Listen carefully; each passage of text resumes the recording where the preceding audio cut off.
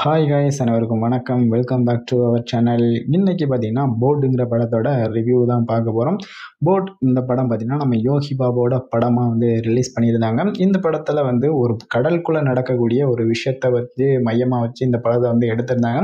அதுவும் இந்த படம் வந்து சிம்பு தேவன் அவரோட படங்கள்லாம் ஒரு டிஃப்ரெண்ட்டான ஒரு ஜானரில் தான் இருக்கும். பட் இவர் இப்போவும் இந்த படம் பார்த்தீங்கன்னா ஒரு டிஃப்ரெண்ட்டான ஒரு ஜானரில் ஒரு கடலுக்குள்ளே ஒரு 10 பேரை வச்சு அவங்க வந்து என்ன பண்ணி கடைசியில் அந்த கப்பல்ல இருந்து திரும்ப அந்த கடற்குள்ளேருந்து மீண்டு வராங்களா இல்லையா அப்படிங்கிறத மாதிரி தான் இந்த படத்தை வந்து கொண்டு போயிருப்பாங்க. அதே போல் ஒவ்வொருத்தருக்கும் ஒவ்வொரு விதமான ஒரு பிரச்சனைகள் அப்படிங்கிற மாதிரி இந்த படத்தோட கதையை கொண்டு போயிருப்பாங்க. அதே போல் யோகி பாபு அவருக்குமே ஒரு சின்ன பிரச்சனையாக இருக்கும். அவரோட தம்பியை காப்பாற்றுறதுக்காக வந்த இடத்துல வந்து ஒரு கட்டத்துக்கு மேலே அவரோட தம்பி வந்து பிடிச்சிட்டு போயிடுவாங்க ரிட்டன்.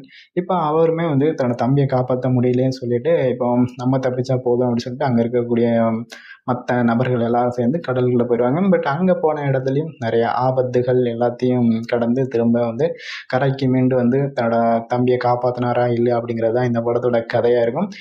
படத்தோட ஸ்டோரி பார்த்தீங்கன்னா அந்தளவுக்கு ஒரு பெரிய விசேஷமான ஒரு ஸ்டோரிலாம் இருக்காது.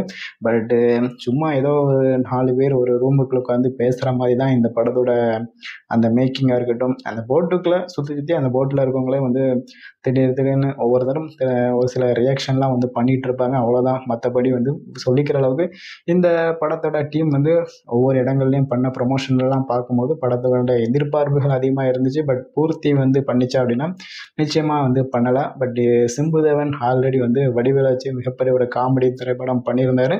பட் இந்த படத்தோட மைனஸ் அப்படின்னா மொத்த படமுமே பார்த்தீங்கன்னா அந்த கடற்குள்ளேயே வச்சு நடக்கக்கூடிய அந்த ஒரு காரணத்தினாலேயே வந்து இந்த படத்தோட ஸ்க்ரீன் பார்த்தீங்கன்னா எப்போ பார்த்தாலும் இந்த ஒரே இடத்துலையே சுற்றி வர்றதுனால அந்த படத்தோட ஸ்டோரியிலையுமே வந்து பெரிய ஒரு இம்பேக்டே நமக்கு கிரியேட் பண்ணவே இல்லை. அதே போல் இந்த படம் வந்து மிகப்பெரிய ஒரு தோல்வி படமாக தான் வந்து யோகி பாபுக்கு வந்து அமைஞ்சிருக்கு. பட் மக்கள்கிட்ட அந்தளவுக்கு ரெஸ்பான்ஸாக இந்த படம் வந்துச்சா அப்படின்னா கண்டிப்பாக இல்லை அப்படிங்கிற மாதிரி தான் நான் நினைக்கிறேன்.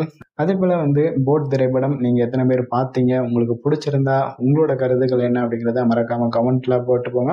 அதே போல் உங்களுக்கு இந்த வீடியோ பிடிச்சிருந்தா லைக் பண்ணுங்கள், சேனலை சப்ஸ்கிரைப் பண்ணுங்கள். வேறொரு வீடியோவில் உங்களை சந்திக்கிறேன்.